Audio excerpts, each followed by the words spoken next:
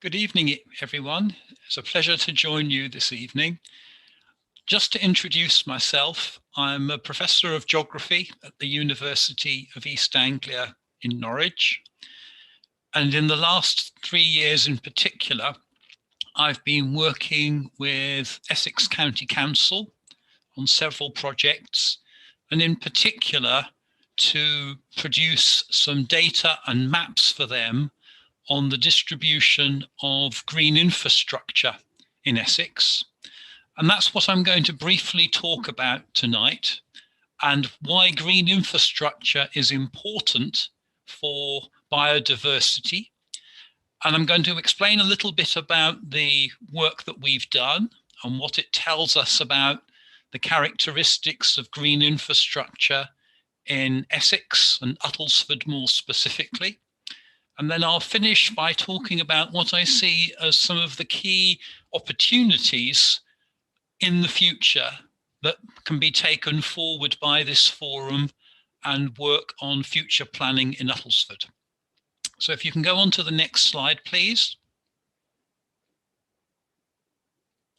So I think it's useful to start by briefly saying, what do we mean by green infrastructure? You can see a little definition at the top of the slide there. This comes from a government planning document, Planning Policy Statement 12. So it's a network of green space, both urban and rural, which supports natural and ecological processes and is integral to the health and quality of life of sustainable communities. And in terms of types of green infrastructure, it can be very diverse. It can be areas like parks and gardens, amenity green space like village greens, many different types of natural and semi-natural green spaces, so woodland, grassland, coastal features, many types of green corridors, rivers, cycle routes, footpaths, and so forth, and areas like allotments and churchyards and sports facilities. So it's very diverse. You can think of green infrastructure as a form of natural capital that provides multiple services and multiple benefits to us in terms of things like food, clean water, air quality, the natural world in all its wonders, landscape views, and so on and so forth. But amongst the many different sorts of benefits that green infrastructure provides, of course, the different types of green areas are also a key support for biodiversity. So by thinking about where we've got green infrastructure and how we might enhance it, we're also thinking about how we could do both of those functions for biodiversity. And by biodiversity, we mean the variety of life on Earth. So that can be genetic diversity, can be species diversity, and it can be diversity in different habitats and ecosystems. So the diversity of the living world, if you like. Next, please. So I have been working with people at Essex County Council and the University of Essex. And we were basically asked to do some work that would allow us to provide the analysis that underpins the Green Essex Strategy, which is a strategy document that was published by the County Council last year and is available on their website, and you can see the link there. And this is a document that was produced by the County Council as a strategy for trying to champion, expand and develop green space and green infrastructure across Essex. And as part of this, it was important to try and map different types of green infrastructure on a county-wide scale. And this is one of the particular things that myself and my colleagues have been involved in doing. So if you can go on to the next slide, please. This is the map of green infrastructure in Essex that we produced. It's very brightly coloured, partly reflecting the sheer variety of different types of green infrastructure assets that you can see in Essex. To generate this, we had to take about 20 different data sets in map form, overlay them using a computer tool known as a geographical information system, and then combine them to produce a map here. And it's a very detailed map once you zoom into it, but you can get an overview here.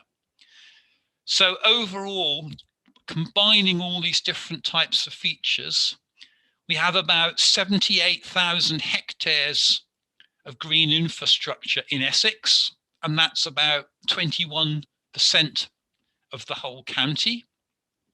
About 42% of that is natural and semi-natural open spaces, grasslands, coastal areas, other open spaces, and so forth. There's important areas of woodland, there's important coastal features.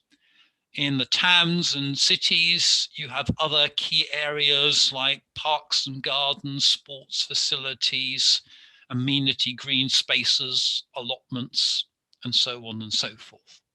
So that's a very detailed map. What we can also do is look at how it compares across the different authorities in Essex. So if you can go on to the next map, please.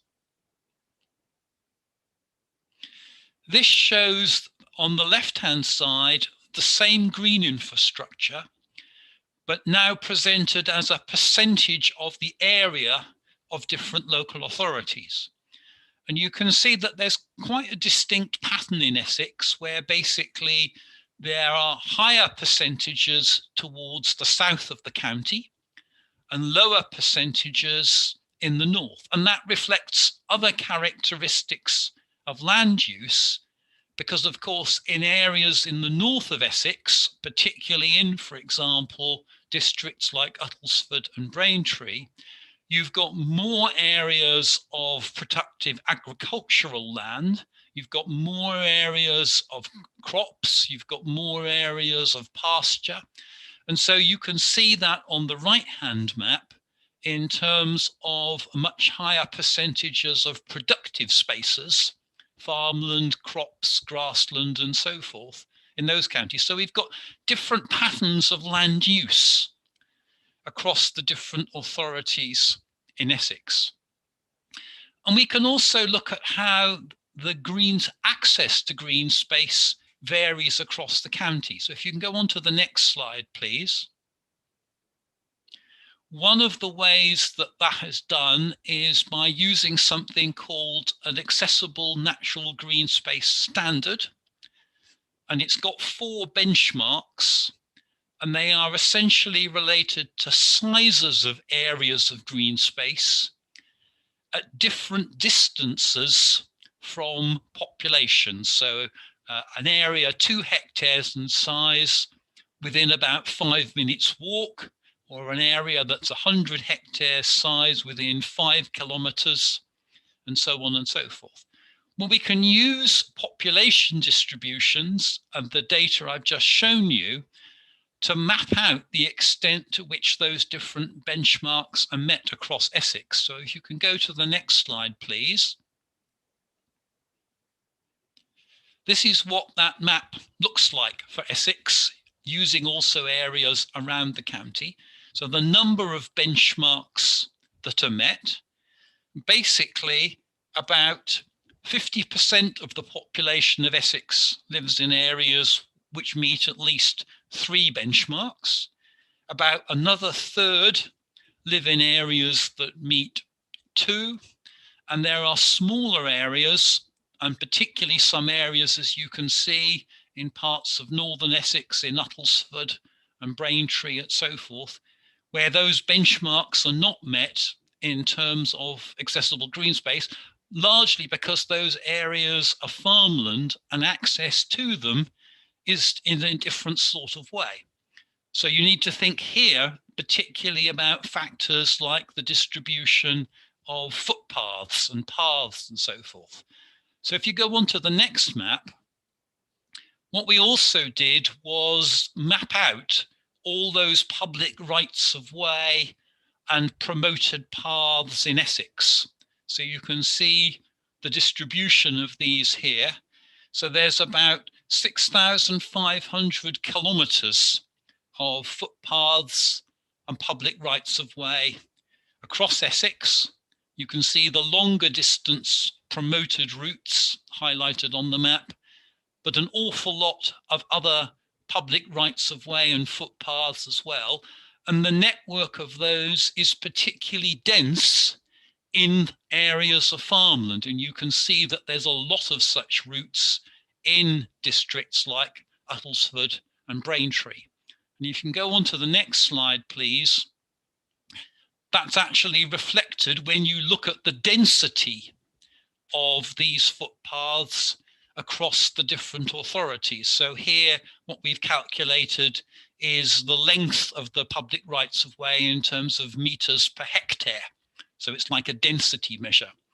And Uttlesford actually has the highest density of the footpaths and public rights of way of all the local authorities in Essex. So this is a very important feature in terms of the population of Uttlesford being able to access all sorts of different types of green assets and so forth. So that just gives you a very quick overview of some of the key characteristics. If we can go on to the next slide, please. I'd just like to finish with a few future opportunities, because I think these are really important things to think about in terms of your current discussions. There is an environment bill going through Parliament at the moment, which I think will become law later on this year. It sets up requirements for biodiversity net gain in planning applications. So this means that developers of large projects in the future, such as new housing estates, will have to include in those proposals for biodiversity net gain, either on the sites that they're developing or elsewhere. And this will create a lot of scope for new or enhanced green infrastructure, and also for other types of habitat creation and enhancement. And linked to those requirements, local authorities are going to be asked to develop local nature recovery strategies, which will be locally led and will give the opportunity to think about, well, where would we want new green infrastructure or new habitats to be created and enhanced? So this is a really key opportunity in the future. Linked to that, in an area like Uttlesford, you've got a lot of agricultural land. Well, the agricultural policies of the country are going to undergo a lot of change on a time scale of the next 5 to 7 years. So there's going to be changes in agricultural policy support. There's going to be new schemes that will allow farmers and landowners to apply for money that will enhance the delivery of environmental benefits, what the government often refers to as public money for public goods. And this will provide all sorts of opportunities for nature recovery, and also for thinking about things on a landscape scale, rather than, say, a smaller field or individual farm scale. And lastly, there are other initiatives related to green recovery from the coronavirus pandemic. The government's plans to implement a 25-year environment plan for England, and also to achieve, net zero greenhouse gas emissions by 2050. These are going to provide all sorts of other opportunities for changes in land use that can enhance green infrastructure and can enhance biodiversity. And what is starting to happen now around the country is that groups of organizations, local authorities, and other agencies, NGOs, and so forth, are getting together and trying to think about, well, how do we, want to plan for these? What do we want to try and achieve? So I've currently been involved in producing a natural capital evidence compendium for Norfolk and Suffolk that was published last year. And there's similar initiatives now starting, I know, in Essex as well, particularly as part of some of the county council's climate change and land use initiatives. So again, I think there's a lot of important opportunities there. Thank you very much. I hope that was interesting. I hope it was helpful, and I'm looking forward to the discussion.